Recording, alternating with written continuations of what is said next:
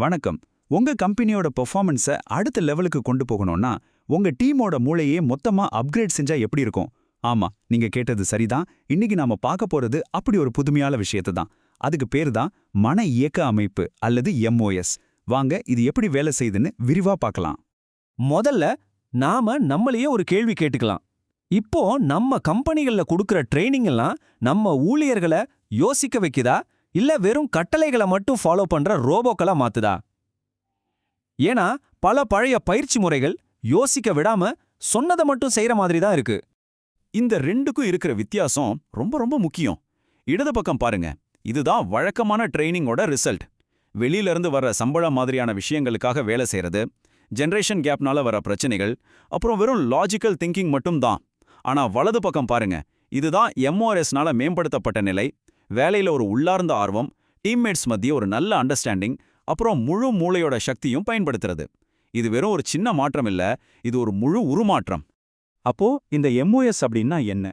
சிம்பிளா சொல்லணும்னா இது நம்ம சுத்தி இருக்கிற சூழலை மாத்துறதுக்கான பயிற்சி இல்ல. இது நம்ம மூளைக்கே, அதாவது நம்ம சிந்தனைக்கு காரணமான அந்த ப்ராசஸருக்கே அப்கிரேட் கொடுக்கிற ஒரு ட்ரைனிங். இது மாதிரி ஒரு உள்ளார்ந்த பயிற்சி முறை உலகத்திலேயே இதுதான் முதல் தடவை. இந்த படம் MOSோட முக்கியத்துவத்தை ரொம்ப அழகா காட்டுது பாருங்க. பொதுவா நம்ம என்ன பண்ணுவோம், நல்ல சாப்பாடு நல்ல சூழல்னு வெளியில இருக்கிற விஷயங்களை சரி பண்ண முயற்சி பண்ணுவோம். ஆனா MOS என்ன பண்ணுதுன்னா உள்ள இருக்கிற அந்த ஆபரேட்டிங் சிஸ்டத்தையே சரி பண்ணுது. இதனால உற்பத்தி திறன் மாதிரி வெளியீடுகள் தானா அதிகரிக்குது. இது உங்களுக்கு புது தகவல்களை கொடுக்காது, ஆனா தகவல்களை ப்ராசஸ் பண்றவங்க மூளையே ஷார்ப்பா ஆக்கும். இந்த சிஸ்டம் ரெண்டு முக்கியமான தூண்கள் மேல நிக்குது. ஒன்னு RTB, அதாவது ரீவயர் த பிரெயின். இது நம்ம மனசோட செயல்திறனை, அதாவது நம்ம ஃபோக்கஸ், கிரியேட்டிவிட்டி எல்லாம் அதிகரிக்குது. ரெண்டாவது RDI, ரீவயர் டிஜிட்டல் இன்ஃப்ராஸ்ட்ரக்சர். நாம அப்கிரேட் பண்ணின நம்ம திறமைகளை இன்னைக்கு இருக்கிற டிஜிட்டல் உலகத்தோடையும் AIயோடையும் எப்படி இணைக்கிறதுன்னு இது சொல்லிக் கொடுக்குது. இப்படி ஒரு புரட்சிகரமான முறையை உருவாக்குனது யாருன்னு பாத்தீங்கன்னா திரு இளங்கோவன் தங்கவேலு. அவர் ஒரு டெக்னாலஜிஸ்ட் மட்டும் இல்ல, ஒரு சைக்காலஜிஸ்டும் கூட.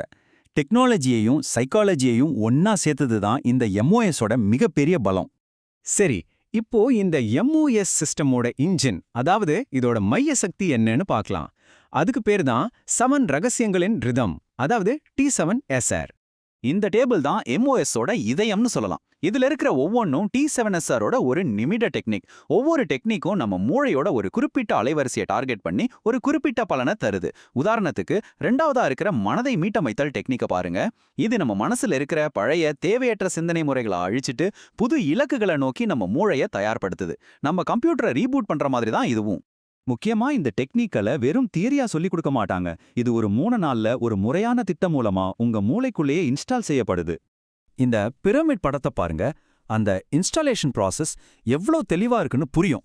அடியில, அதாவது ஃபவுண்டேஷன்ல நம்ம பழைய சிந்தனைகளை உடைக்கிறாங்க. அப்புறம் படிப்படியா மேல போய் கடைசியா கம்பெனியோட இலக்குகளோட எப்படி நம்மள இணைச்சிக்கிறதுன்னு காட்டுது. இது ரொம்பவே லாஜிக்கலான ஒரு கட்டமைப்பு. இந்த 3 நாள் பயணம் ஒரு முழுமையான உருமாற்றம்னே சொல்லலாம்.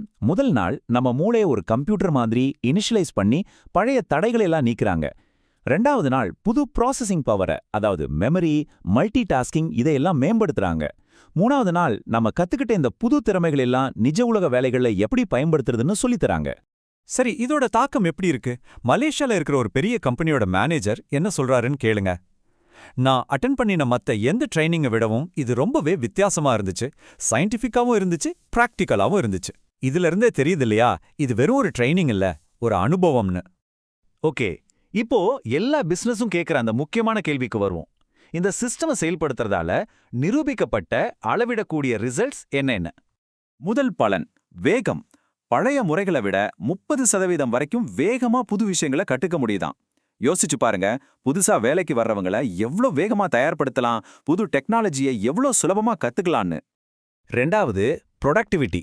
இந்த முறையை பயன்படுத்த ஆரம்பிச்சதுக்கு அப்புறம் கம்பெனியோட ஒட்டுமொத்த உற்பத்தி திறன் 25% வரைக்கும் அதிகரிச்சிருக்கு. இது கம்பெனியோட லாபத்துல நேரடியா ஒரு பெரிய தாக்கத்தை ஏற்படுத்தும். மூணாவது, ஸ்கில் டெவலப்மெண்ட். புது டெக்னாலஜியை கத்துக்கிறதுலயும் சரி, சேல்ஸ் ஸ்கில்ஸை வளர்த்துக்கிறதுலும் சரி 20% வரைக்கும் முன்னேற்றம் தெரியுது. இது உங்க டீமை எதிர்காலத்துக்கு தயாராக்கும். இந்த நம்பர்ஸ் எல்லாம் வெறும் வாய் வார்த்தை இல்ல.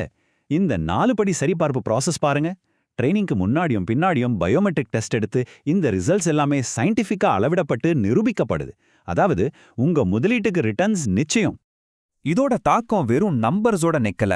இந்த சார்ட் காட்டுற மாதிரி பீக் பெர்ஃபார்மன்ஸ், கேபிஐ அச்சீவ்மெண்ட், அப்புறம் டீமுக்குள்ள ஒரு நல்ல கலாச்சாரம்னு ரொம்ப முக்கியமான விஷயங்களையும் இது ஒரு பாசிட்டிவ் மாற்றத்தை ஏற்படுத்துது.